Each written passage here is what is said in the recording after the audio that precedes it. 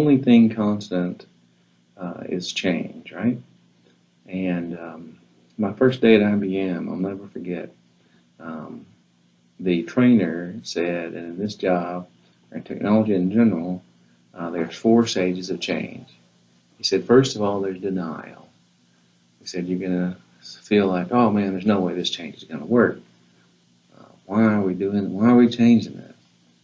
Then there's a resistance. Well, okay, maybe, they may change it, but I ain't got to like it. I don't have to be happy about it. Then there's exploration. Well, okay, maybe I see we're going to have this change, and maybe I can make it work for me and my team. And then lastly, there's acceptance. Okay, yeah, I'm glad I came up with this idea. This is a good idea, and I'm glad I made this change. And that just cycles over and over again. And that's what we've seen in technology. We've seen that in the field of quality management. As things get simpler, some things get simple, and some things get more complex. Some things you see progress in, or you feel like progress, and then you look back and evaluate and think, well, was this really progress? But still, change is inevitable, and happily, technology has made some of our lives easier, or some aspects of our lives easier. So let's look a little bit about some of the things that we've seen change-wise. I heard an announcement in the airport the other day that if you have undeveloped film in your suitcase, I thought, man, how long has it been since I've had undeveloped film in my suitcase in the airport? Or when was the last time that I spent time rolling up and down the aisle looking for something to watch at a video rental place? Or I remember getting Netflix DVDs in the mail. You see, so now, the DVDs have went away and it's streaming. But then there's still that paradigm available in some areas. So sometimes there's a little progress. Sometimes the old way is done in a different approach that makes it more successful. So what I thought we'd do this afternoon is look at a couple of tools that I've used with success with a few companies to achieve ISO 9001, 2015, and 2008 registration, as well as AS 9100D registration, conforming to those standards using some electronic tools to manage the quality management system as a whole, to encapsulate everything in one spot. It's kind of like that concept from Tree's problem-solving methodology, or the innovation methodology, the principle of combining. Because you've combined in one space objects that were designed for contiguous operations. So all these things electronically, digitally, we've been able to put these things together to make a little easier way of managing some of the stuff that may have been difficult. One of my first introductions to document management, for example, was the print room. I remember there was the little half door that the print room operator stood behind, and he or she would accept requests, and she'd say, oh yeah, you want this print? Okay, I'll go get it, and I'll make sure that she had the latest one. And it's kind of like a library. You had to sign for it, because if you don't bring it back in a certain time, we're going to come hunting for you and say, you've got this print, and you've got this revision of this print. And if they wanted to look at two, you could compare the differences, but you can see who signed off on it, what the changes were made. There may have been a whole extensive documentation for all this. And nothing wrong with that paradigm, but use of digital technology has made it a little easier. So I do believe in something that Buckminster Fuller said about, if you want someone to learn something, don't bother trying to teach them, but rather give them a tool, the use of which, through that use, will lead to new ways of thinking. So that's been kind of the way I've learned, is trying different tools and see what works, and then maybe work with the team of people that I've been assigned with, or we've entered into, hey, we're going to try to get this done in this amount of time, and what tools could we use to make our jobs easier? That's what we want to do, right? So a couple of the tools that I've used in recent years was the online project management tool called Basecamp. as well as another tool from Atlassian, the makers of Jira Project Management, Confluence. And both of those have their strengths and weaknesses. I thought we'd kind of look at some of the differences of those tools, and maybe we'll have some time to answer questions about them, and I'll also discuss the elephant in the room, the SharePoint software, and what aspects of it that may be useful, with the goal of achieving some aspects of quality management and making our jobs hopefully easier, so we can go from denial to past the resistance to the exploration, at least, stage of technology change. So let's first look at Basecamp. So here with Basecamp, we can see Basecamp kind of allocates things in projects, and depending on the version of Basecamp that you have, they have different price points at which they sell it, and they have a certain number of projects, right? So you'll start with projects in almost little tiles, like the tiles pictures in Zoom nowadays, or in I remember a long time ago the Brady Bunch, right? You had tiles there. So you start off with these tiles in Basecamp with projects, and you drill down to the project. So in this case, there's a fictional company called Contoso, and we see that they've got some tools. We've got 4 tools allocated primarily in this window. We've got the to-do list, the docs and files, a schedule.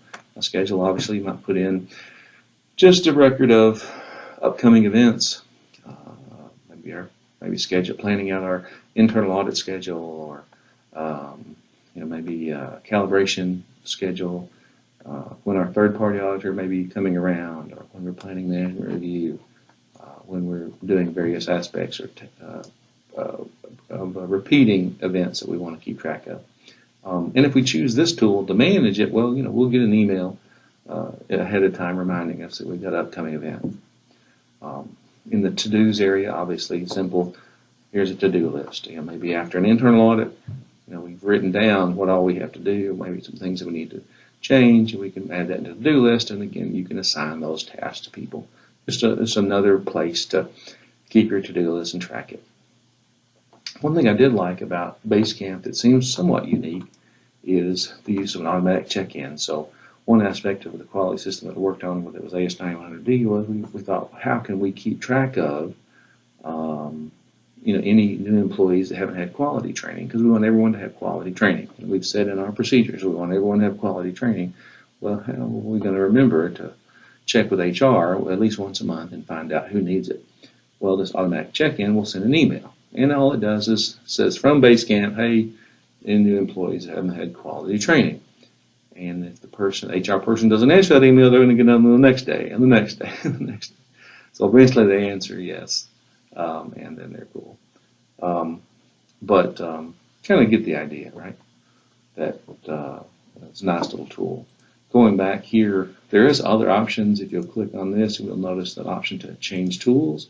And there's some more things that you could do, like a message board, Campfire, which is kind of like a group chat. And something I didn't use, but I've used in other projects, was an email forwarder. So it'll provide you a unique email address, something at basecamp.com, and any emails you forward to that email address automatically gets encapsulated and added to this Square project, right? So it's nice to have if you want to use that tool. So let's drill down just a little bit and look at say, for example, the quality manual. So each of these little folders, I can pick what I want. And, you can make it a little somewhat unique. You'll notice inside the editor, you see it's not necessarily a Word document or Excel. It's kind of like a general basic editor. It does, bold and italics and a little bit. But it doesn't have tables. That's something that I sure would like.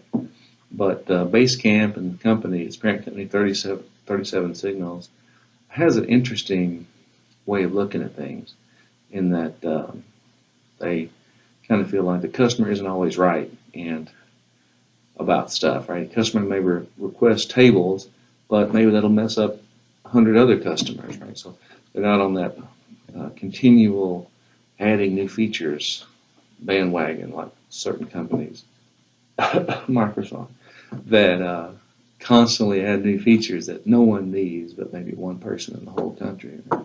So anyway, you get the idea. It's an interesting, you might research it sometime. It's an interesting company. But you'll notice, obviously, just a few little areas here we could add in this section of the quality manual. Details here, who all attended the SWOT analysis and what some of the references were, what our scope was, etc. One thing that you can do with Basecamp, the way that it handles it, is looking at versions of a document. So say a PDF, it's kind of a nice little preview of the PDF file. Obviously someone could download it, print it out, and we've got the little disclaimer that, hey, any printed copies are uncontrolled, may not be current, for example. That's kind of a standard way of attacking that problem of, well, you don't know who printed it, when was it printed. And though you can kind of trick things and some software can add timestamps, it may be simpler just to say any printed copies are uncontrolled. Well, in this scenario too, as far as managing documents, I can click here and say see all versions. Well, now it shows this version, this version, this version, right? Going back to the quality manual, I can click on general information, for example, and view change log, and it shows since the beginning of time what all changes have been made, when they were changed, who changed them, and then in green shows what words were added, in red with the strike through what words were deleted, and so I really like that feature, and it's similar to the way Confluence does, of showing you kind of a pictorial view of what the changes were. And you can even revert right there if you have the rights to edit that. Looking at this area here, for example, forms and records, these are just areas where I've added in Word documents or PowerPoint files or whatever, even PDFs. And just, there's a nice spot that I've kind of put it in buckets, so to speak, of here's the records that I've had of meetings, of training, of forms, work instructions, corrective actions, etc. Right? Now, these aspects of this system are, again, somewhat simple, but maybe that's what you need. Maybe that's what you want for a particular company. And again, here's kind of at the bottom of each project. And you can have, say, another system or another project that you track separately with different people associated on that project. And you see the activity. Here's what all someone has done. And obviously, in this case, it's just me, but various people, it would show, Johnny or Billy or Jane made these changes or added these documents to this system. So that's kind of the Basecamp thing. We'll entertain some questions here in a little bit. Next, we'll look at another approach, another tool that might lead to new ways of thinking. Maybe hopefully get us from that concept of denial. Oh man, why are we doing this? Why are we changing it to past resistance onto exploration? Getting back to that thought there of managing your quality management system using some kind of electronic tool or digital tool, how do you deal with organizational knowledge? First of all, if you start thinking, who can keep track of this? Is it just one person's job? Probably not. So if it's not just one person's job, then who's going to herd the cats? Who's going to make sure that everyone participates? How do you get buy-in? It's a leadership problem, yeah. Sometimes it gets delegated down to the quality manager to make that happen. So finding a tool that's simple to use or relatively easy to use is going to increase your chances of making that happen.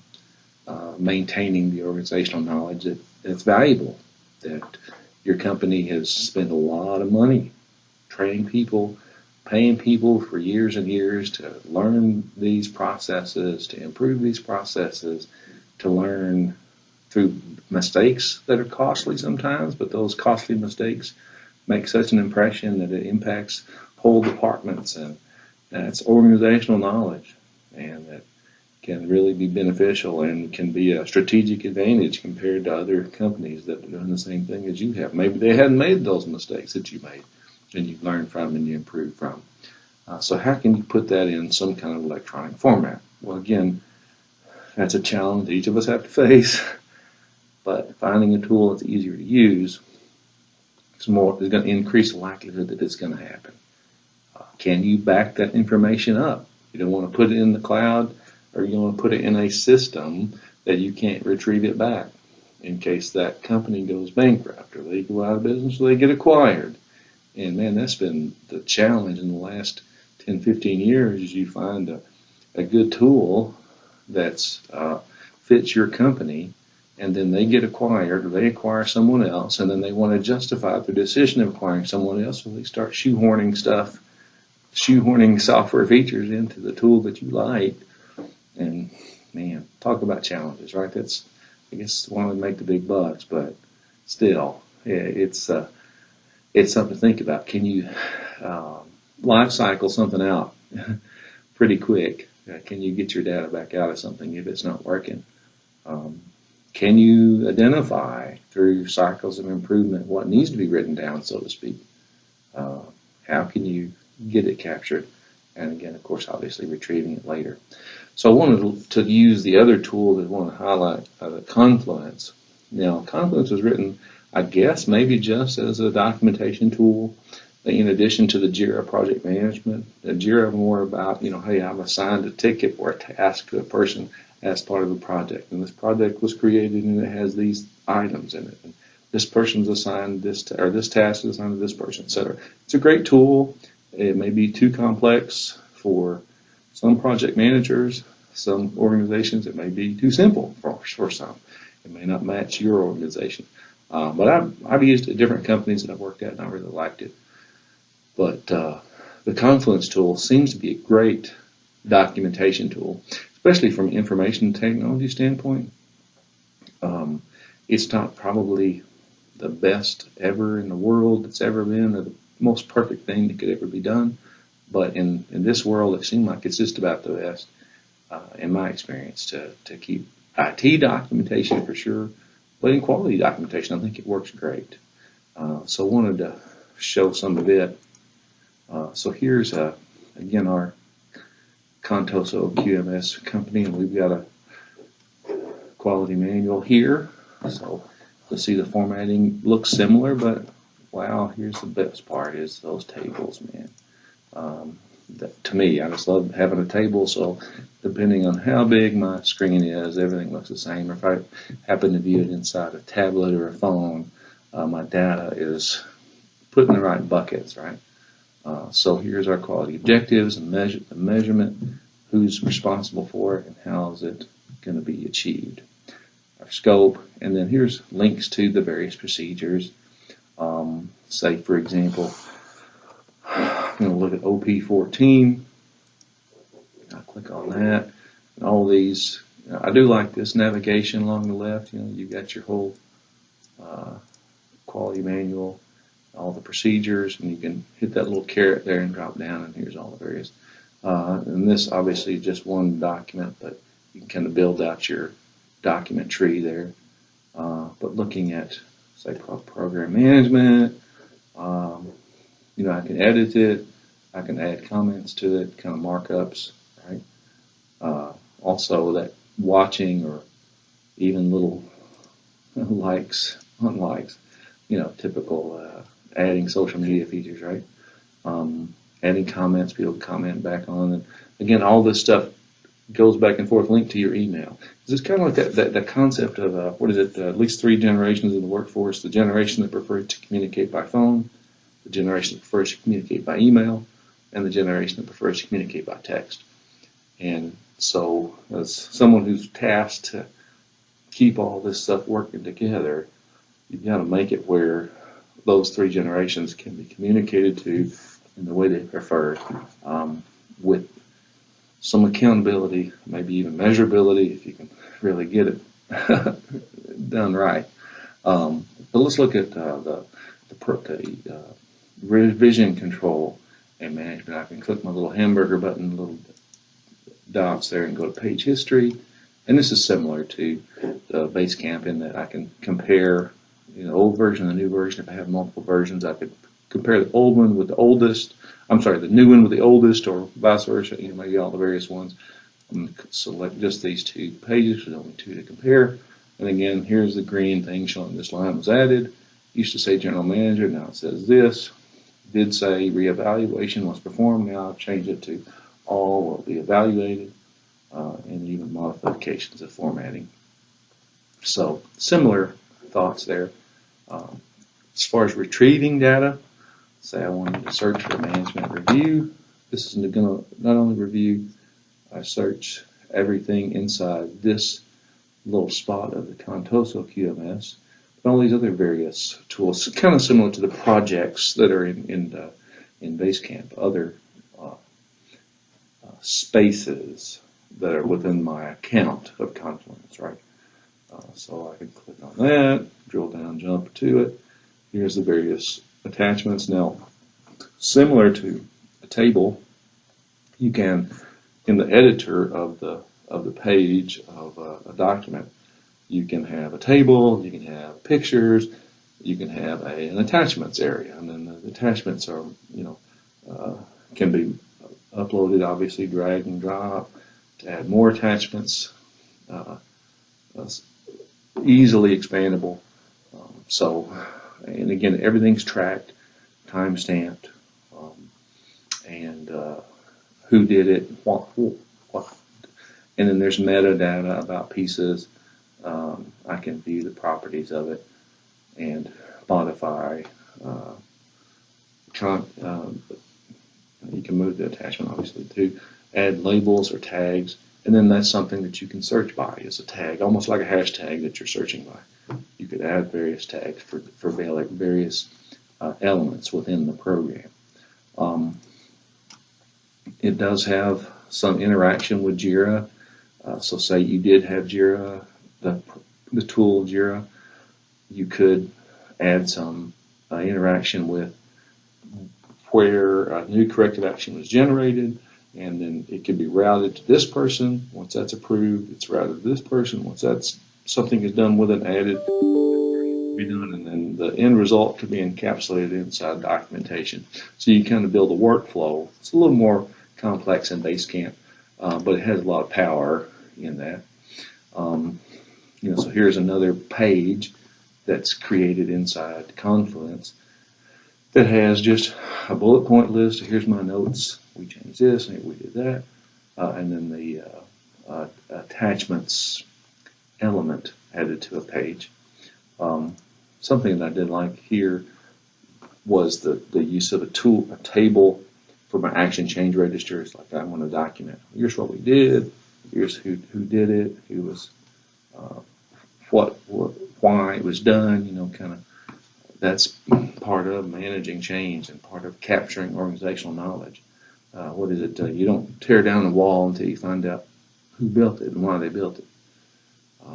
Because you may think, I hate that's an ugly wall, and then come to find out, oh man, it really protected us from this or that. Right? So I try to, in my experience, use these tools and be liberal, because it generally doesn't cost anything to add more documentation and type in there. I added this checklist and detailed this and defined that, maybe in response to a third-party audit.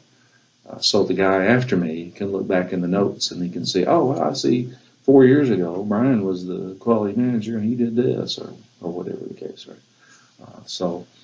Also, Confluence, similar to Basecamp, has a spot to put, if you just want to drop forms in. Basically, most all these services nowadays happily don't charge you per gigabyte for storage. Generally, they'll give you a certain amount, and it's usually way more than you actually need to get a particular task done. So, and the various, there's so many other features that I won't get into here, but I do like the drop down views and drill down views of spaces inside Confluence, and you do have a lot more functional formatting options with that. So back to the slideshow. Basically, just want to say thanks, and what we'll do now next is hopefully have some questions and discussion, and maybe we can talk a little bit about SharePoint if anyone has any questions. SharePoint will generally do most all of these things. One of the challenges that I've had with SharePoint personally is the rapid pace of change, and not being able to find something once I put it there, or not being able to get it out of SharePoint once I put it in there. It definitely has some different features to it that these two tools don't have. The extensive integration in SharePoint with lists, with a database, to be able to extract a list to a CSV file in Excel, modify it, import it back. I mean, there's some neat tools, neat things you can do with SharePoint. But maybe I've just got SharePoint fatigue. I don't know. Not trying to be a complainer, but we'll kind of interrupt the presentation now and take some time to discuss this stuff if you guys have any questions. And again, appreciate your time today on this concept of embracing change instead of denying it, getting over the resistance, and then exploring how can we make this work for us. And I've used SharePoint and others, obviously, but how can we explore and make it use for us and then get to the acceptance stage.